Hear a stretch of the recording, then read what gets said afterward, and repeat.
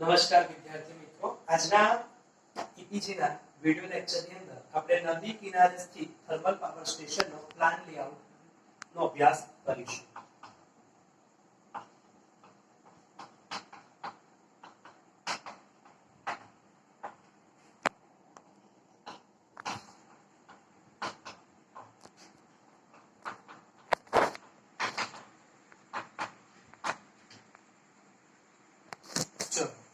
Thermal power સ્ટેશનની અંદર કોલસાને લાવવા માટે રેલવેની વ્યવસ્થા છે. તો સૌપ્રથમ આપણે પ્લાન લેઆઉટની અંદર રેલવે એક મહત્વનું પરિબળ બનશે. આગળ આપણે પરિબળોની અંદર જોયું તો ફ્યુઅલની ટ્રાન્સપોર્ટેશન સુવિધા સારી હોવી જોઈએ. હવે અહીંયા કોલસો આવી જાય તો અહીંયા આપણે શું હોય, કોલ્ડ સ્ટોરેજ હોય. અહીંયા આપણે શું કરીશું, કોલસો સ્ટોર કરીશું.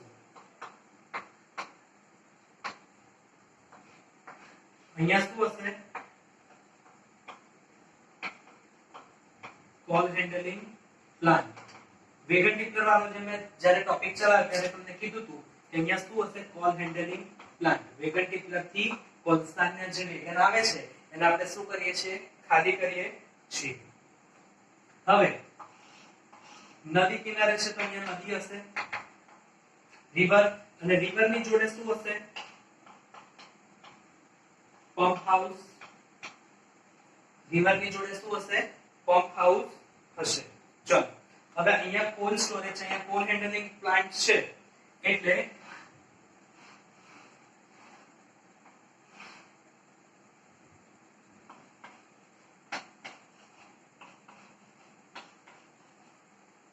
આ શું હશે, બોઇલર હાઉસ, અને આ ભાગ છે એટલે શું હશે, ટર્બાઇન હાઉસ. બરાબર છે. હવે અહીંયા બોઇલર છે તો અહીંયા એની શું હશે, બે ચીમની. બરાબર છે. હવે અહીંયા ચીમની છે તો અહીંયા શું હશે, એશ હેન્ડલિંગ પ્લાન્ટ.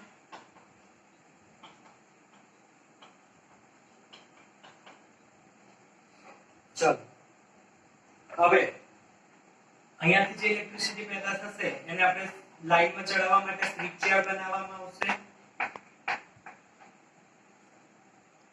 સોરી, અહીંયા ટર્બાઇન હાઉસ હશે જેથી અહીંયા સ્વિચયાર્ડ નજીક પડે, અને અહીંયા શું હશે, બોઇલર હાઉસ જેથી ચીમનીનું કનેક્શન ડાયરેક્ટ થઈ જાય. હવે બીજું શું હશે, તો કંટ્રોલ પેનલ હશે. બરાબર છે. ઓફિસ હશે, વર્કશોપ હશે,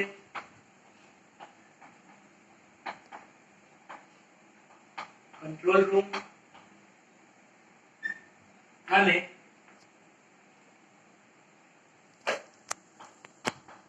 સ્ટોર. બરાબર છે. ચલો વિદ્યાર્થી મિત્રો, આ હતું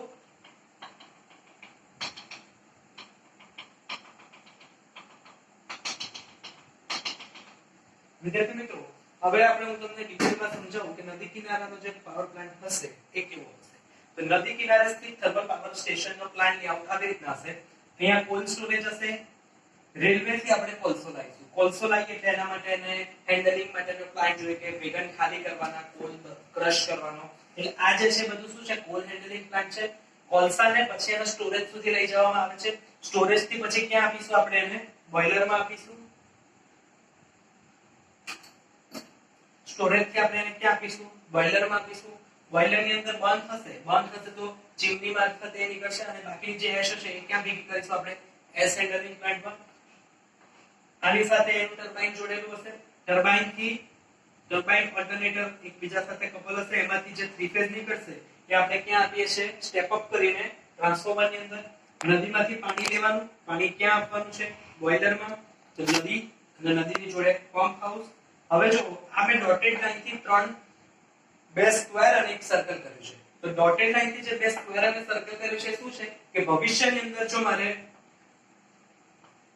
યુનિટ 1, યુનિટ 2 અને ત્રીજો યુનિટ સ્થાપવો હોય તો મને જગ્યાની જે જરૂર પડે છે. સાઇટ સિલેક્શન વખતે પણ કીધું હતું કે ભવિષ્યમાં વિસ્તરણ થવાનું છે તેને ધ્યાનમાં રાખીને આપણે જગ્યા સિલેક્ટ કરવાની. તો આ શું છે, ભવિષ્યના યુનિટ માટેનું છે. તો નદી કિનારે સ્થિત થર્મલ પાવર પ્લાન્ટના લેઆઉટનો આ એક કાચો લેઆઉટ છે જેનો આપણે અભ્યાસ કર્યો. ચલો હવે આપણે એનો બીજો લેઆઉટ જોઈશું જેની અંદર કુલિંગ ટાવર પ્રકારના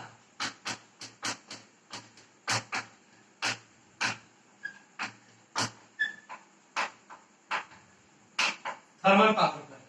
તો એમાં પણ એ જ હશે. કોલસો શાનાથી લઈએ છીએ આપણે? રેલવે થી આપણે કોલસો લાવીશું. અહીંયા શું હશે?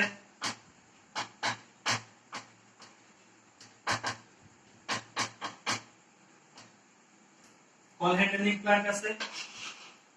અહીંયા શું કરે છે? આપણે કોલ્ડ સ્ટોરેજ કરીશું. હવે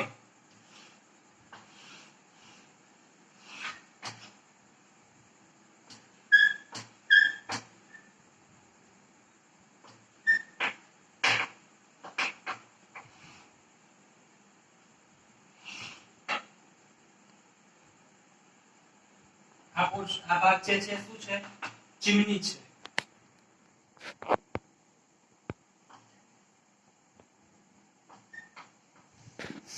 One, two, three, four, five. અને ભવિષ્યને ધ્યાનમાં રાખીને આપણે બનાવીશું. અહીંયા આવી જશે એશ હેન્ડલિંગ પ્લાન્ટ. બરાબર છે. હવે ચીમનીની નીચે જ આવશે બોઇલર હાઉસ. 1 2 3 4 5 અને ભવિષ્યને ધ્યાનમાં રાખીને બનાવીશું. ત્યારબાદ આવે છે ટર્બાઇન હાઉસ. અહીંયા જો બે ટર્બાઇન છે અને ત્રીજાને આપણે વૈકલ્પિક વ્યવસ્થા રીતે રાખેલું છે. આ જે છે શું છે?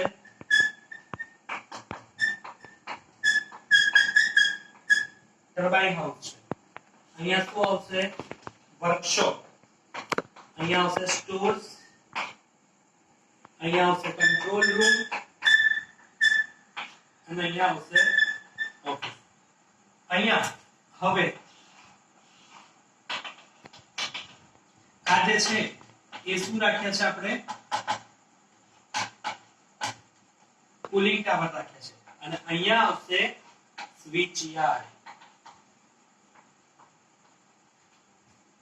તો આ પ્રકારના જે પાવર સ્ટેશન હોય છે જેની અંદર જ્યારે કુલિંગ માટે નદીના પાણીની વ્યવસ્થા થઈ શકતી નથી ત્યારે કુલિંગ ટાવરનો ઉપયોગ કરવામાં આવે છે. રેલવેની સાઇડિંગમાં ખુલ્લી જગ્યામાં કોલ સ્ટોર કરવામાં આવે છે અને તેની નજીક કોલ હેન્ડલિંગ પ્લાન્ટ રાખવામાં આવે છે તથા તેની પાસે કોલ સ્ટોરેજ પણ કરવામાં આવે છે. બે યુનિટ છે. અહીંયા બે યુનિટ છે. દરેક યુનિટ દીઠ બે બોઇલરનો ઉપયોગ કરવામાં આવે છે. પાંચમું બોઇલર સ્પેર બોઇલર તરીકે રાખવામાં આવે છે. જો કોઈ બોઇલર મેન્ટેનન્સમાં જાય તો તે સ્પેર બોઇલરનો ઉપયોગ કરવામાં આવે છે. બે કુલિંગ ટાવર દર્શાવવામાં આવ્યા છે જે ડોટેડ લાઈન જે છે એ ભવિષ્યનું વિસ્તરણ દર્શાવે છે. તો વિદ્યાર્થી મિત્રો આ હતા કુલિંગ ટાવર પ્રકારના થર્મલ પાવર પ્લાન્ટનો લેઆઉટ. હવે આપણે જોઈશું ફ્યુઅલ તરીકે ઓઇલનો ઉપયોગ થતો હોય તેનો લેઆઉટ. બરાબર.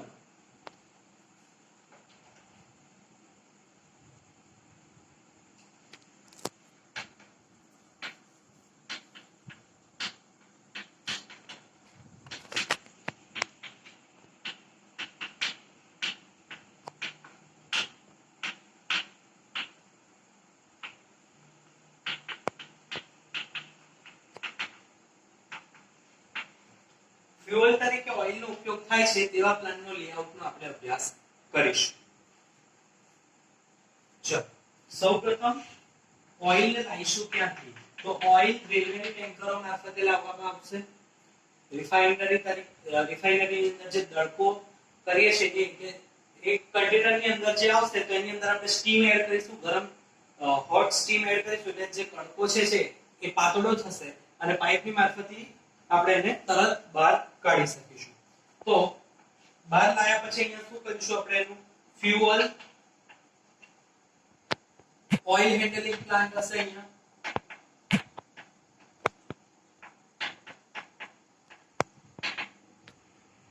બરાબર છે. એવી જ રીતના અહીંયા આનું શું રાખીશું આપણે સ્ટોરેજ ટેન્ક રાખીશું. સ્વાભાવિક વાત છે કે એટલું મોટું ફ્યુઅલ છે એક સાથે યુઝ થવાનું નથી, તો એની સ્ટોરેજ ટેન્ક રાખવી પડશે. અને આ જે છે એની શું થઈ જશે ચીમની થઈ જશે. હવે અહીંયા પણ કુલિંગ ટાવર તો હશે જ. એક કુલિંગ ટાવર આપણે સામે રાખીશું, સ્પેરમાં રાખીશું. બરાબર છે. ચલો હવે આ જે છે શું થઈ જશે સ્વિચયાર્ડ થઈ જશે. હવે એનો પ્લાન લેઆઉટ બનાવીશું. તો બોઇલર હાઉસ, ટર્બાઇન હાઉસ લઈશું.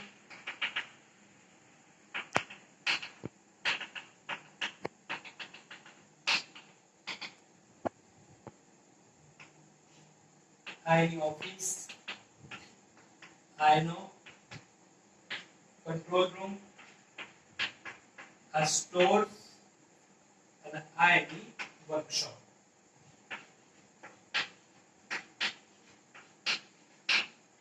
આ જે છે શું થઈ જશે આપણું બોઇલર હાઉસ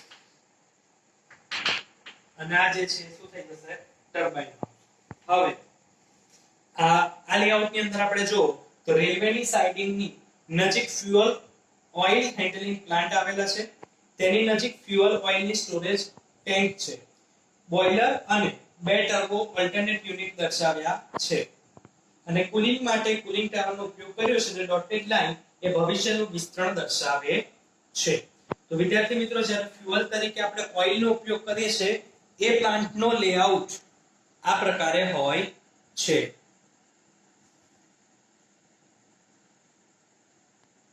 હવે આપણે બોઇલર અને ટર્બાઇન રૂમનો આંતરિક લેઆઉટનો અભ્યાસ કરીશું.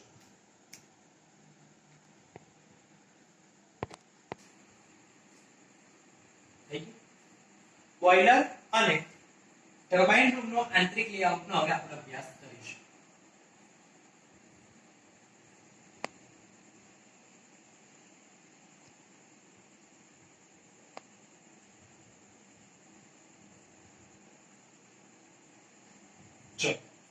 તો વિદ્યાર્થી મિત્રો અહીંયા થોડું વધારે ફોકસ રાખજો.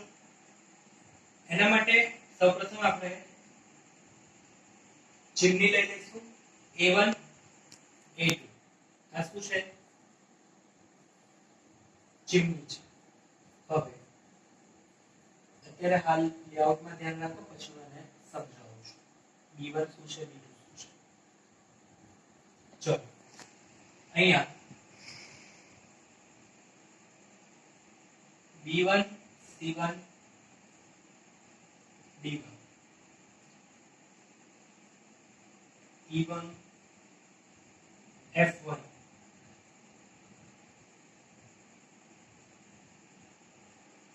T1 G1 H1. એવી જ રીતના પ્લાન્ટ 2 માટે B2 C2 D2 E2 F2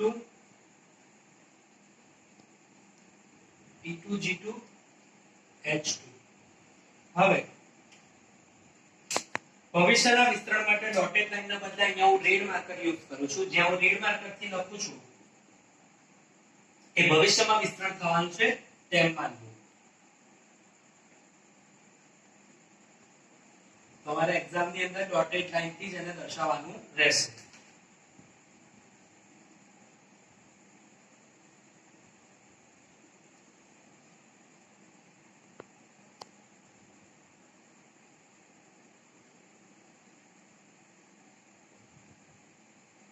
ચલો આ છે બોઇલર અને ટર્બાઇન રૂમનો અંદરનો આંતરિક લેઆઉટ, જેની અંદર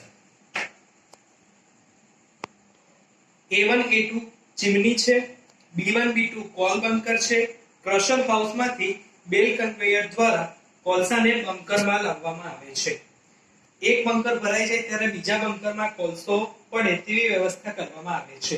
C1 અને C2 બોલ મિલ છે. જો B1 શું છે?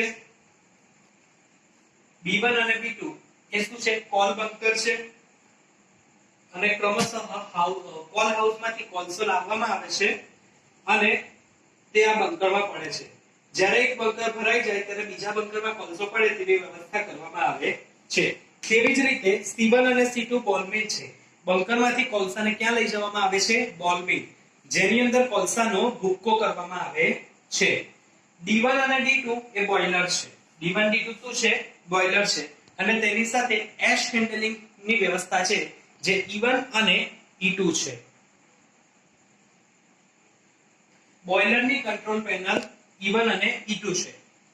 બોઇલરની કંટ્રોલ પેનલ E1 અને E2 છે. આના દ્વારા બોઇલરનો કંટ્રોલ કરવામાં આવે છે. F1 અને F2 જે છે એ ટર્બાઇનની કંટ્રોલ પેનલ છે. આ પેનલ મારફતે ટર્બાઇનનો કંટ્રોલ કરવામાં આવે છે. T1 T2 એ ટર્બાઇન છે અને G1 G2 તેની સાથે જોડેલું જનરેટર છે. જ્યારે H1 અને H2 જે છે એ જનરેટરની કંટ્રોલ પેનલ છે. આ મારફતે જનરેટરનો કંટ્રોલ થાય છે. A1 A2 ચીમની છે, B1 B2 કોલ બંકર છે, C1 C2 બોલ મિલ છે, D1 D2 બોઇલર છે, E1 E2 જે છે એ બોઇલરની કંટ્રોલ પેનલ છે, T1 T2 ટર્બાઇન છે જેની કંટ્રોલ પેનલ F1 અને F2 છે, G1 G2 જનરેટર છે જેની કંટ્રોલ પેનલ H1 અને H2 છે. જ્યારે આ ભાગ જે લાલ માર્કરથી દર્શાવવામાં આવ્યો છે ભવિષ્યનું વિસ્તરણ છે તેમ ધ્યાને લેવામાં આવે છે. તો વિદ્યાર્થી મિત્રો આ હતું બોઇલર ટર્બાઇનના આંતરિક રૂમનો લેઆઉટ. હવે આપણે થર્મલ પાવર સ્ટેશનના ફાયદા અને ગેરફાયદા જોઈશું. ફાયદામાં આપણે શું જોઈશું કે ફ્યુઅલની કિંમત ડીઝલ પાવર સ્ટેશનના પ્રમાણમાં ઓછી છે. થર્મલ પાવર સ્ટેશનની અંદર ડીઝલ પાવર સ્ટેશનની જેટલી કિંમત આવે, ફ્યુઅલની ડીઝલની કિંમત આવે એના કરતાં કોલસાની કિંમત કેવી છે? ઓછી છે. જેના કારણે એની ઓપરેટિંગ કોસ્ટ ડીઝલ પાવર કરતાં ઓછી છે. ન્યુક્લિયર અને હાઇડ્રો પાવરની સરખામણીમાં આના બાંધકામ માટે પણ બાંધકામની કોસ્ટ પણ કેવી છે? ઓછી છે. અને આ જે પાવર સ્ટેશન છે જે લોડની નજીક આપણે સ્થાપી શકીએ છીએ. અને લોડની નજીક સ્થાપીએ એટલે ટ્રાન્સમિશન અને ડિસ્ટ્રીબ્યુશન લોસ પણ કેવા થશે? ઓછા થશે. હવે કોઈ વસ્તુ હોય જેનો ફાયદો હોય તેનો ગેરફાયદો પણ હોય. ગેરફાયદામાં શું છે કે ઇક્વિપમેન્ટ તથા ઓક્સિલરીની જરૂર પડે છે. ઘણી સંખ્યામાં ઇક્વિપમેન્ટ અને ઓક્સિલરીની જરૂર પડે છે. અને સ્ટેન્ડ બાય રાખવામાં આવે તો તેની ઓવરઓલ એફિશિયન્સી કેવી થાય છે? ઘટે છે. કોલસા તથા રાખના સંગ્રહ માટે વિશાળ જગ્યાની જરૂર પડે છે. વિશાળ જથ્થાની અંદર કુલિંગ વોટરની પણ જરૂર પડે છે. ઘણા ઇક્વિપમેન્ટ્સના મેન્ટેનન્સ કેવા થઈ જાય છે? એની કિંમત કરતા પણ વધી જાય છે. આની ઓપરેટિંગ કોસ્ટ જે છે, જેને ચલાવવા માટેનો ખર્ચો જેને કહેવામાં આવે છે, એ હાઇડ્રો પાવર પ્લાન્ટ કરતા પણ કેવો છે? વધારે છે. અને સ્વાભાવિક વાત છે કે કોલસાનું દહન થાય છે તો તેમાં પ્રદૂષણ પણ કેવું થશે? વધારે થશે. તો વિદ્યાર્થી મિત્રો આ લેક્ચરની અંદર આપણે શું ભણ્યા? ફરી એક વખત એનું એક શોર્ટલી રિવિઝન કરી નાખીએ.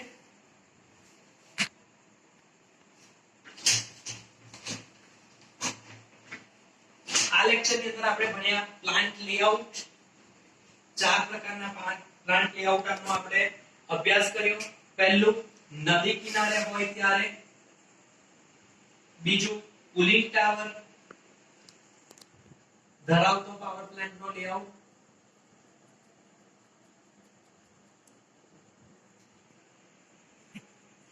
ત્રીજું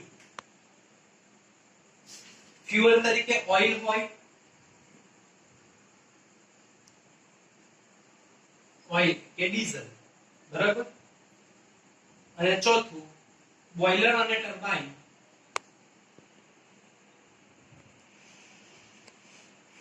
નો આંતરિક લેઆઉટ.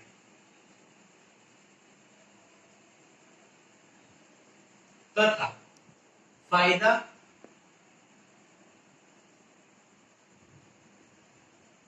અને ગેરફાયદા thermal power station. Thermal power સ્ટેશનના ફાયદા ગેરફાયદા તથા આપણે એના લેઆઉટનો અભ્યાસ કર્યો. નદી કિનારે પાવર પ્લાન્ટ સ્થાપવાનો હોય તો એનો લેઆઉટ કેવો આવે? કુલિંગ ટાવર ધરાવતો પ્લાન્ટનો લેઆઉટ કેવો આવે?